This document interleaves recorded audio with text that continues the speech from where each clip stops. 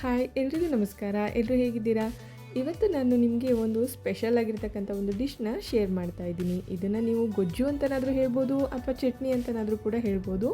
ಪಾಲಕ್ ಸೊಪ್ಪನ್ನು ನಾವು ಯೂಸ್ ಮಾಡಿಕೊಂಡು ನಾವು ಯೂಶ್ವಲಾಗಿ ಪಾಲಕ್ ಪನ್ನೀರ್ ಮಾಡ್ತೀವಿ, ಪಾಲಕ್ ಕಿಚಡಿ ಅಥವಾ ಪಲಾವ್ ಮಾಡ್ತೀವಿ. ಈ ರೀತಿ ಒಂದು ರೆಸಿಪಿನ ನೀವು ಕೂಡ ಟ್ರೈ ಮಾಡಿ, ತುಂಬಾ ಟೇಸ್ಟಿಯಾಗಿರುತ್ತೆ.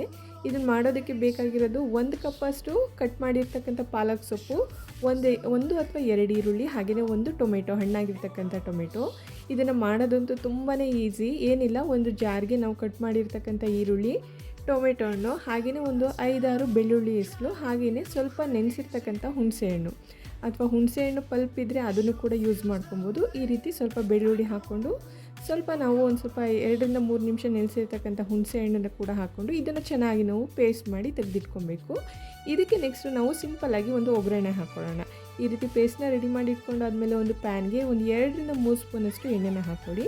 ಇದಕ್ಕೆ ಸಾಸಿವೆ ಎಣ್ಣೆನ ಉಪಯೋಗಿಸೋದಂತೂ ತುಂಬಾ ಟೇಸ್ಟಿಯಾಗಿರುತ್ತೆ. ನಾನಿಲ್ಲಿ ನಾರ್ಮಲಾಗಿ ಮನೇಲಿ ಯೂಸ್ ಮಾಡಿರ್ತಕ್ಕಂಥ ಎಣ್ಣೆನೇ ಹಾಕ್ತಾಯಿದ್ದೀನಿ. ಇದಕ್ಕೆ ನಾನಿಲ್ಲಿ ಒಂದು 1/4 ಟೇಬಲ್ ಸ್ಪೂನ್ ಅಳತೆನಲ್ಲಿ ಸ್ವಲ್ಪ ಸಾಸಿವೆ, ಹಾಗೆಯೇ ಸ್ವಲ್ಪ ಉದ್ದಿನಬೇಳೆ, ಹಾಗೆಯೇ ಸ್ವಲ್ಪ ಜೀರಿಗೆನೂ ಕೂಡ ಹಾಕ್ಕೊತಾ ಇದ್ದೀನಿ.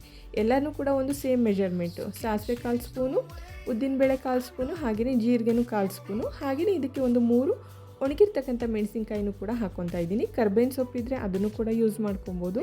ಹಾಗೆಯೇ ಇದಕ್ಕೆ ಸ್ವಲ್ಪ ಹಿಂಗನ್ನು ಕೂಡ ಹಾಕ್ಕೊಂಡು ಇದಿಷ್ಟನ್ನು ಕೂಡ ಎಣ್ಣೆಯಲ್ಲಿ ನಾವು ಸ್ವಲ್ಪ ಫ್ರೈ ಮಾಡ್ಕೊಬೇಕಾಗುತ್ತೆ. ಇದ್ರದ್ದು ಉದ್ದಿನಬೇಳೆದೆಲ್ಲ ಸ್ವಲ್ಪ ಕಲರ್ ಚೇಂಜ್ ಆದಮೇಲೆ ಇದಕ್ಕೆ ನಾನು ಏನು ಸ್ವಲ್ಪ ಅರಿಶಿನ ಪುಡಿನೂ ಕೂಡ ಹಾಕ್ಕೊತಾ ಇದ್ದೀನಿ. ಇದಕ್ಕೆ ನಾವು ಬೇಸಿಕ್ಕಾಗಿ ನಾವು ಯೂಸ್ ಮಾಡಿರ್ತಕ್ಕಂಥ ಸ್ಪೈಸ್ ಪೌಡ್ರ್ ಏನಿದೆ, ಧನಿಯಾ ಪುಡಿ, ಹಾಗೆಯೇ ಖಾರಕ್ಕೆ ಎಷ್ಟು ಬೇಕೋ ಅಷ್ಟು ನೋಡಿಕೊಂಡು ಖಾರದ ಪುಡಿನೂ ಕೂಡ ಹಾಕ್ಕೊಂಡು 1 ನಿಮಿಷ ಅದನ್ನು ಎಣ್ಣೆಯಲ್ಲಿ ಫ್ರೈ ಮಾಡ್ಕೊಂಡಾದಮೇಲೆ ನಾವು ಏನು ರುಬ್ಬಿಟ್ಕೊಂಡಿದ್ವಿ ಮಸಾಲ, ಇದನ್ನು ಹಾಕಿ ನಾವು ಚೆನ್ನಾಗಿ ಇದನ್ನು ಹುರ್ಕೊಬೇಕಾಗುತ್ತೆ ಎಣ್ಣೆಯಲ್ಲಿ. ಎಲ್ಲ ಕೂಡ ಹಸಿ ಇರೋದ್ರಿಂದ ಒಂದು 2-3 ನಿಮಿಷನಾದರೂ ಇದನ್ನು ಚೆನ್ನಾಗಿ ನಾವು ಎಣ್ಣೆಯಲ್ಲಿ ಫ್ರೈ ಮಾಡಿಕೊಂಡು ಇದಕ್ಕೆ ಸ್ವಲ್ಪ ನೀರನ್ನು ಹಾಕ್ಕೊಳ್ಳಿ. ಮಸಾಲೆ ಬೇಯೋದಕ್ಕೆ ಅಂತ ಹೇಳಿ ನಾನಿಲ್ಲಿ ಸ್ವಲ್ಪ ನೀರನ್ನು ಹಾಕ್ಕೊತಾ ಇದ್ದೀನಿ.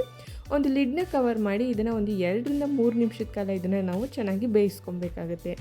ನೋಡಿ, ಈ ರೀತಿ ಎಣ್ಣೆ ಎಲ್ಲ ಸ್ವಲ್ಪ ಬಿಡೋವರೆಗೂ ಕೂಡ ಬೇಯಿಸಾದ್ಮೇಲೆ ಇದಕ್ಕೆ ರುಚಿಗೆ ನೋಡಿಕೊಂಡು ಸ್ವಲ್ಪ ಉಪ್ಪನ್ನು ಕೂಡ ಸೇರಿಸ್ಕೊಳ್ಳಿ. ಮತ್ತೆ ಲಿಡ್ನ ಕವರ್ ಮಾಡಿ ಒಂದು 2-3 ನಿಮಿಷ ಹೀಗೆ ಚೆನ್ನಾಗಿ ಬೇಯಿಸ್ಕೊಂಡಾದ್ಮೇಲೆ ನೆಕ್ಸ್ಟ್ ಇದಕ್ಕೆ ನಾವು ಏನು ಕಟ್ ಮಾಡಿ ಇಟ್ಕೊಂಡಿದ್ವಿ ಪಾಲಕ್ ಸೊಪ್ಪು, ಇದನ್ನು ಕೂಡ ಹಾಕಿ ಚೆನ್ನಾಗಿ ಇದನ್ನು ಮಿಕ್ಸ್ ಮಾಡ್ಕೊಬೇಕು. ಈ ಪಾಲಕ್ ಸೊಪ್ಪು ತುಂಬಾ ಬೇಗ ಬೇಯೋದ್ರಿಂದ ಇದನ್ನು ಲಾಸ್ಟಲ್ಲೇ ಆ್ಯಡ್ ಮಾಡಿ ಒಂದು 2-3 ನಿಮಿಷದ ಕಾಲ ಇದನ್ನು ಚೆನ್ನಾಗಿ ಬೇಯಿಸ್ಕೊಂಡ್ರೆ ರುಚಿಯಾಗಿರ್ತಕ್ಕಂಥ ಒಂದು ಪಾಲಕ್ ಸೊಪ್ಪಿನ ಗೊಜ್ಜು ಅಂತಲೇ ಹೇಳ್ಬೋದು ಅಥವಾ ಚಟ್ನಿ ಅಂತಲೂ ಕೂಡ ಹೇಳ್ಬೋದು.